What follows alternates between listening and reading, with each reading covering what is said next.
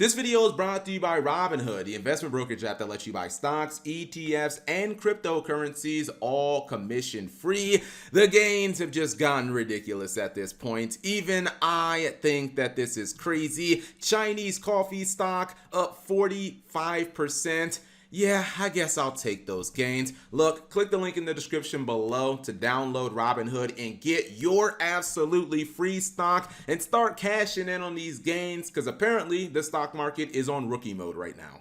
What's up YouTube, Capital G here, got some Rocky duels for you guys to check out, showing you how a real Chad duelist plays the Adamantivators. We know that they can do a lot of synchro summoning and exceed summoning, link summoning, all that shenanigans, make a bunch of negations, but this is how you're really supposed to play the deck. You throw as many rock cards as you can get your hands on and put them in the deck and just figure out a way to play. So we're dueling against Altergeist in this first duel, and actually I think I've got two duels, and you know, this is probably a duel that Altergeist should win if Altergeist does not have to deal with 15 negates in the first turn. You're gonna see some excavating because that's what Adamantivators do. We see okay, going for the Gallant Granite, which is generally used to search Block Dragon. Usually see that as one of the first plays. More excavating, and then you get the Water Adamantivator, which just means a free draw into Nibiru, which is nice. Get a hand trap against your opponent. Maybe not nice against Altergeist, but I digress. Anyways, actually is gonna go for Halifabrax. I lied. I guess this deck just can't get away from that card, but hey, look, at least there were 0 negates. So we'll take that for what it is. Anyways, gonna use two effects, the Quackimaru Overload, and then also going to use the Halifabrax to draw a card by the way of the copy of, what was that, Formula Synchron, and then gonna go for the Crystal Wing Synchro Dragon, which is okay against Altergeist. Not like the greatest card because they do run things like Solemn Strike and they can just get it off the board easily enough. We'll see where this is going to go. Multi-Faker is gonna resolve. I honestly would say that it's very unlikely that you know, Nibiru will be used like at all in this duel. We're seeing a nice little chain play here, but I think the Altergeist player, yeah, I think that one of the big things about Altergeist is if you can just pressure through their Multi-Faker and the Sequidius plays, you can kind of break through their board as long as you have like 3 beaters, because you know one of them is going to get bounced, one might die to, you know, like Protocol. Now he has Dragonite on field, and this is actually a pretty good position. If you want to know what this card does, release from the stone, this is a card that's, it's like Escape from the Different Dimension, but it's for rock monsters. It just summons a banished rock monster back to the field, and then I believe that that monster dies when this card is destroyed and vice versa. Anyways, okay, more negation on Mary. She did not get her effect off. He will negate the copy of Personal Spoofing, and then he's still going to end up getting that Multi-Faker on board because of you know, Altergeist Protocol. The interesting thing is he's going to try to bounce the Dragonite, tries to use the Quackimaru Guardian to negate. Actually, he may have trolled here. Well, no, I guess it's fine. I was going to say he didn't need to actually negate the Quackimaru Guardian because Protocol, the Sequidius can't be negated, but then he would have just gotten beat down by Guardian. So I guess, yeah, why not just kill the Guardian while you can? Seems pretty much like an even duel.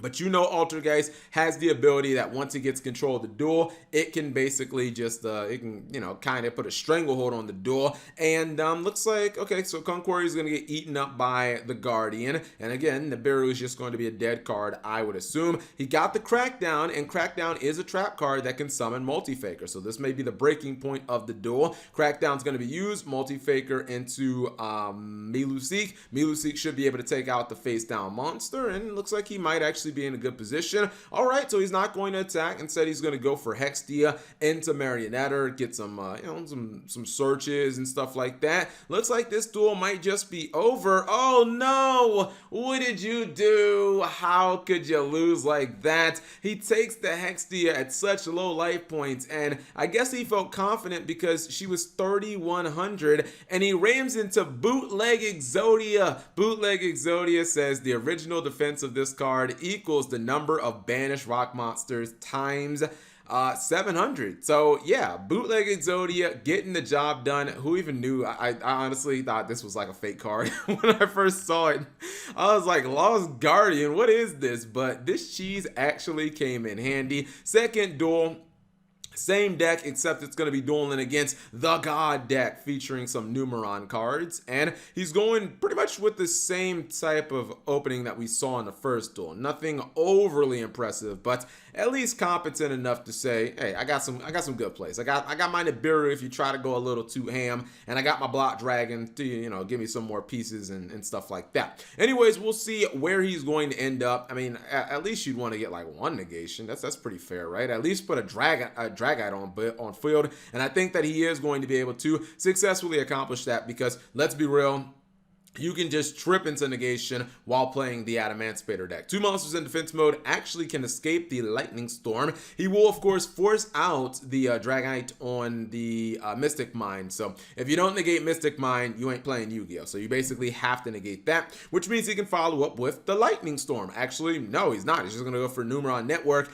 And you know what? It might actually just be better, yeah, to leave your opponent with monsters on field. We know Don Thousand's cards are broken. We know that they gain double attack each time that they attack, and they can do massive battle damage, including wiping his entire field away. Now, this is the part where he gets cheeky. He is going for that 5th summon, which means Nibiru is online. And keep in mind that when number C1 comes back, it will do that burn damage as long as this card is, well, face up on the field. So basically, if he's able to resolve this, he would win the duel because he does that burn damage equivalent to the monsters that are, you know, banished by the effect. But he gets too cheeky and gets hit with the Nibiru. Now, I would honestly say that the block, I would probably still say that the God deck has a significantly like greater chance of winning the duel. He still has all the advantage, but you'd be surprised. He's going to go for Block Dragon. He gets some searches, and this duel could maybe be flipped on its head. He might even go for the Bootleg Exodia once again to try to win this duel. He is going to get 2 monsters. Well, he started with Analyzer, then he got Guardian for freezies, and now, I mean, he might even get more monsters for freezies. Dude, Adamancipator is so stupid. Why would they make a complete RNG deck with so many cards that can give you advantage just for complete RNG? It's like the guy who made Lightsworn also designed this deck. He'll probably summon the blue one and get himself a nice little draw and see what he draws. Okay, so he got the Monster Reborn for Adamancipators, but all of these cards on field are not going to be the win condition, if you can believe it or not. This is gonna be the win condition. Gonna get the Mega Rock Dragon, which I believe gains 1,000 attack for like every rock monster that is banished. No, 700, excuse me. This guy really likes banishing rock monsters. 7,000 attack, almost one-shots his opponent to the face, and that is a GG no re. See, this deck can apparently do some strong plays going first or going second. I'm lying. Going first, the plays weren't really all that impressive. But hey, sometimes you win by your opponent running into your Bootleg Exodia, Lost Guardian, and then sometimes you got to hit them with that Mega Rock Dragon, and you end up doing 7,000 damage. Anyways, this is what the build looks like on paper. There are no non-rock monsters in this build unless I'm overlooking them, because obviously Adamancipators are rock base, Kwakemiru are rock base, Nibiru is also a rock, same thing with Block Dragon. Yeah, every single card in this entire deck is rock base, so you can run more of the rock support cards, like Release from Stone, and some more of the Adamancipator spells and traps. I guess he's relying on these because he's not making as many negations as you traditionally see with Savage Dragon and Herald of the Arclight and all that good stuff. But hey, if you just want to play with an interesting rock deck, maybe this is right up your alley. Anyways, if you guys are interested in the deck, it will be in the description below. Thank you guys for watching. As always, subscribe if you have not already, and turn on that notification bell for daily videos.